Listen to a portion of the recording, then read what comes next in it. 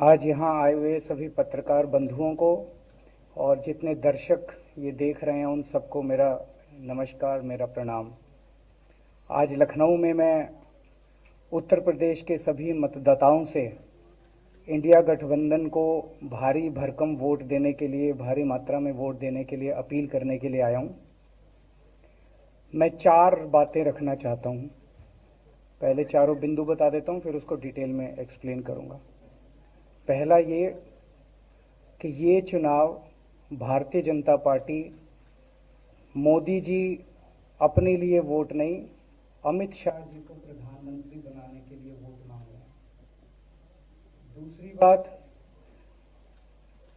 योगी आदित्यनाथ जी को अगर ये लोग जीत गए तो योगी आदित्यनाथ जी को 2 से 3 महीने के अंदर उत्तर प्रदेश के सीएम पद से हटा दिया जाएगा। नंबर 3, इन लोगों की पूरी तैयारी है, अगर ये लोग जीत गए तो संविधान को बदल के SC ST और OBC का रिजर्वेशन खत्म कर दिया जाएगा।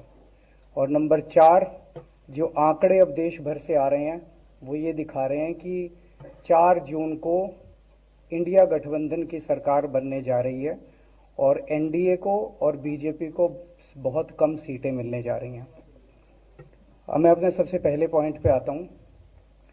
जब 2014 में प्रधानमंत्री बने थे नरेंद्र मोदी जी, तो उन्होंने खुद एक रूल बनाया था कि भारतीय जनता पार्टी के अंदर और उनकी सरकारों में 75 वर्ष से ऊपर कोई भी व्यक्ति होगा तो उसको संगठन में और सरकार में किसी भी पद पे नहीं रखा जाएगा, उसको रिटायर कर दिया जाएगा। और उसका सबसे पहले उस रूल के तहत आडवाणी जी को और मुरली मनोहर जोशी जी को रिटायर किया गया था। और उसके बाद तमाम यशवंत सिन्हा जी, सुमित्रा महाजन जी, कई लोगों को यहाँ टिकट नहीं मिली, कई लोग जो पद पे बैठे हुए थे उनको पद से इस्तीफा दिलवा के उनको हटाया गया, ऐसे कई सारे लोग हैं। तो अब अगले साल 17 सितंबर को प्रधानमंत्री मोदी जी 75 साल के होंगे और मोदी जी ने तय कर लिया है कि अमित शाह जी को वो अपना वारिस बनाएंगे और अमित शाह जी अगले साल 17 सितंबर को देश के प्रधानमंत्री बनाने का उन्होंने तय किया है मोदी जी ने। इसके ऊपर मोदी जी पिछले 1-2 साल से लगे भी हुए हैं, क्योंकि भारतीय जनता पार्टी के अंदर अमित शाह जी के सामने जो जो बाधाएं पैदा कर सकता था नेता, एक एक करके उन सब नेताओं को साइड कर दिया गया, उनका पत्ता साफ कर दिया गया। शिवराज सिंह चौहान को हटा दिया गया, वसुंधरा राजे को हटा दिया गया, डॉक्टर रमन सिंह को हटा दिया गया, देवेंद्र फडणवीस को ख़त्म कर दिया गया, खट्टर साहब को ख़त्म कर दिया गया, एक एक करके सबको ख़त्म कर दिया गया। एक ही शख्स बचे हैं जो अमित शाह जी के रास्ते का कांटा बन सकते हैं। हेलो, आवाज आ रही है? एक ही शख्स हैं जो कि उनके रास्ते का कांटा बन सकते हैं, वो है योगी आदित्यनाथ जी। अब योगी आदित्यनाथ जी को इन्होंने हटाने का पूरा मन बना लिया है और अगर इनकी सरकार बनी तो 2 महीने के अंदर योगी जी को भी उत्तर प्रदेश के सीएम से हटा दिया जाएगा। मैंने दिल्ली में 3-4 दिन पहले ये प्रेस कॉन्फ्रेंस की थी और ये दोनों मुद्दे उठाए थे। जैसे मैंने मुद्दे उठाए थे तो अमित शाह जी ने और उनके कई नेताओं ने अपनी भावना प्रकट की कि नहीं नहीं, मोदी जी को 75 साल में इस्तीफा नहीं देना चाहिए, मोदी जी को 75 साल पूरा कार्यकाल पूरा करेंगे। उन सब की भावनाओं की मैं कद्र करता हूं, क्योंकि अपने नेता के लिए जब भी ऐसी बात होती है तो सब लोग सामने आके बात करते हैं। लेकिन बड़ी बात यह है कि मोदी जी ने ऐसा नहीं कहा कि मैं 75 साल पे इस्तीफा नहीं दूंगा, मैं रिटायर नहीं होऊंगा। उनका अपना बनाया हुआ रूल है और मुझे पूरी उम्मीद है कि मोदी जी का अपना बनाया हुआ रूल है और मोदी जी अपने रूल को फॉलो करेंगे। नहीं तो लोग कहेंगे कि मोदी जी ने ये रूल आडवाणी जी को हटाने के लिए बनाया था, जब अपनी बारी आई तो नहीं। तो मोदी जी इस रूल का फॉलो करेंगे, ये पूरा यकीन है देश के लोगों को कि उन्होंने खुद रूल बनाया तो खुद फॉलो करेंगे। दूसरी बड़ी बात जो हुई कि जब मैंने कहा कि योगी आदित्यनाथ जी को 2 महीने में हटा दिया जाएगा, इस पे अभी तक भाजपा के किसी नेता की टिप्पणी नहीं आई है। 4 दिन हो गए, इसका मतलब ये तो कंफर्म करता है कि उन्होंने पूरी प्लानिंग कर ली है और उनके पक्ष में कोई बोलने के लिए तैयार नहीं है योगी आदित्यनाथ जी के। तो उनका हटना अब लगभग तय है कि योगी आदित्यनाथ जी को उत्तर प्रदेश के सीएम पद से हटाया जाएगा। दूसरी चीज, मैं उत्तर प्रदेश के सभी मतदाताओं को कहना चाहता हूं कि पिछले 4-5 महीने से इन्होंने शोर मचा रखा है, 400 पार 400 पार 400। क्यों? कहते हैं नहीं मोदी जी कुछ बड़ा काम करना चाहते हैं। तो लोगों ने खोद खोद के पूछा, भाई क्या बड़ा काम करना चाहते हैं, कुछ बताओ तो सही। तो उन्होंने नहीं बताया। लोगों ने फिर अंदर से पता किया कि बड़ा काम ये करना चाहते हैं कि देश से रिजर्वेशन खत्म करना चाहते हैं। हम जानते हैं कि इनका जो पूरा इकोसिस्टम है, आरएसएस, बीजेपी, शुरू से ये लोग रिजर्वेशन के खिलाफ रहे हैं। इनकी पूरी की पूरी मानसिकता रिजर्वेशन के खिलाफ रही है। तो मैं सभी लोगों को ये आगाह करना चाहता हूं कि ये बड़ा काम इनको 400 पार इसीलिए चाहिए क्योंकि ये रिजर्वेशन खत्म करना चाहते हैं। संविधान को, बाबा साहब अंबेडकर ने जो संविधान बनाया था, उस संविधान को ये तार तार करना चाहते हैं। पूरे देश भर से अब जो ट्रेंड आ रहे हैं, वो ट्रेंड ये दिखाते हैं कि भारतीय जनता पार्टी को 250 से भी नीचे, मेरे हिसाब से 220 के आसपास, 3-4 दिन पहले भी मैंने कहा था, 220 से कम सीटें इनकी आती हुई नजर आ रही हैं।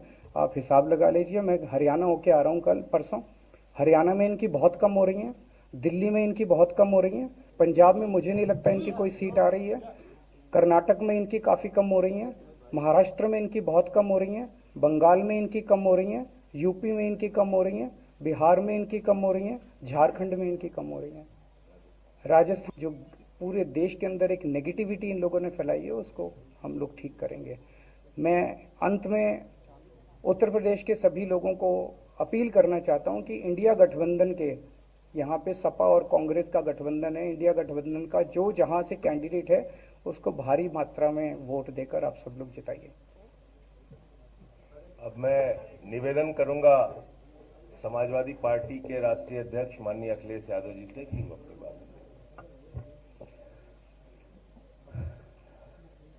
आदरणीय अरविंद केजरीवाल जी का मैं धन्यवाद देता हूं। उन्होंने बहुत महत्वपूर्ण बातें आपके सामने रखी हैं। जो देश का माहौल है और 4 चरणों में भारतीय जनता पार्टी चारों खाने चित्त हो चुकी है और उनके आंसुओं की नदी उफान में है। भारतीय जनता पार्टी जो 400 पार का नारा दे रहे थे, अब समझ में आया है 4 चरणों के बाद,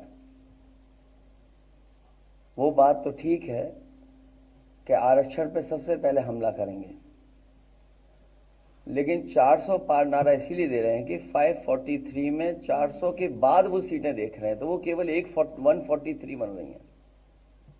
तो वो स्वयं स्वीकार कर रहे हैं कि 143 से ज्यादा वो सीटें जीतने वाले नहीं हैं, क्योंकि 400 पार सीटें 143 ही बनती हैं और 140 करोड़ की जनता इस बार इन्हें 140 सीटों के लिए भी तरसा देगी। ये यूपी, दिल्ली और पंजाब ये 99 सीट के खेल में ही उलझ जाएंगे। यहां कुछ इन्हें हासिल होने वाला नहीं है। रोटी कपड़ा और मकान की तो लड़ाई हम लोग लड़ेंगे, लेकिन रोटी कपड़ा और मकान से पहले हमें संविधान बचाना है। संविधान बचेगा तो लोकतंत्र बचेगा और बाबा साहब भीमराव अम्बेडकर जी का दिया हुआ संविधान ये हमें अधिकार, हमें न्याय दिलाता है। भारतीय जनता पार्टी की इस साजिश को आम लोग समझ गए हैं और इस बार सबसे बड़ी हार भारतीय जनता पार्टी की होने वाली है। अभी तक तो हम ये कहते थे कि ब्रह्मांड का सबसे बड़ा झूठ बोल रही है, अब लग ये रहा है हारने के बाद ये ब्रह्मांड का झूठ का विद्यालय खोलेंगे, यूनिवर्सिटी खोलेंगे और वाइस चांसलर और डीन पहले से ही रिटायर होकर के वहां अपने आप नियुक्त हो जाएंगे। इसलिए देश को बचाने के लिए आदरणीय अरविंद केजरीवाल जी आए हैं, हम लोगों का सहयोग और मदद करने के लिए आए हैं। मैं इनका धन्यवाद देता हूं और आप पार्टी, इंडिया गठबंधन, समाजवादी पार्टी, हम सब मिलकर के भारतीय जनता पार्टी को हटाने जा रहे हैं।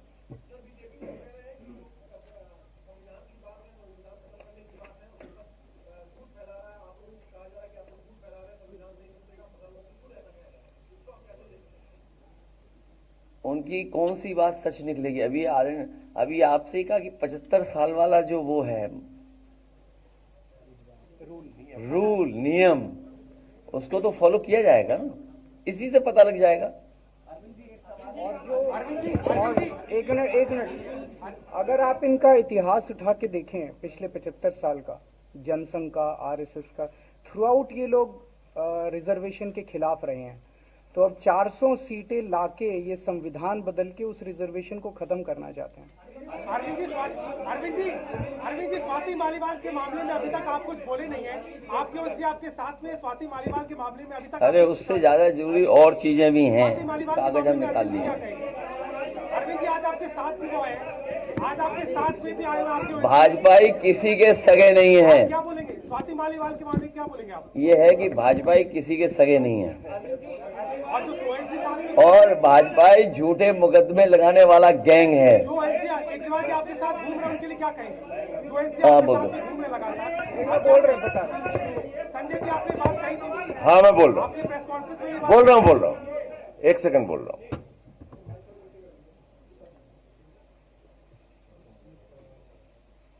सब लोग, पूरा देश हतप्रभ है, दुखी है, आज तक पीड़ित है।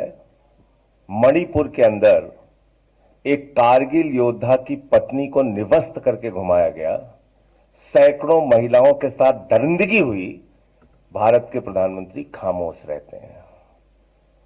हजारों महिलाओं के साथ प्रज्वल रवन्ना ने बलात्कार किया, दरिंदगी की, मां की उम्र की महिलाओं के साथ। प्रधानमंत्री कहते हैं ये भारत को मजबूती देगा, इसी को वोट देना। ये भारत का भविष्य है प्रज्वल रवन्ना, उसको भगा दिया जाता है बीजेपी के द्वारा।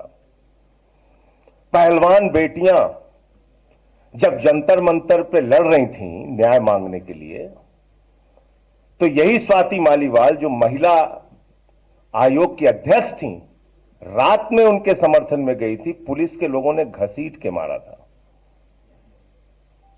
हमने देखा यहीं उत्तर प्रदेश के अंदर कुलदीप सेंगर के मामले में, हाथरस के मामले में, देश के प्रधानमंत्री खामोश रहते हैं, एक शब्द नहीं बोलते। आम आदमी पार्टी हमारा परिवार है, पार्टी ने अपना रुख साफ कर दिया है, और मैं चाहता हूं जितने विषय मैंने आपके सामने रखे हैं, देश के प्रधानमंत्री और भारतीय जनता पार्टी को जवाब देना चाहिए।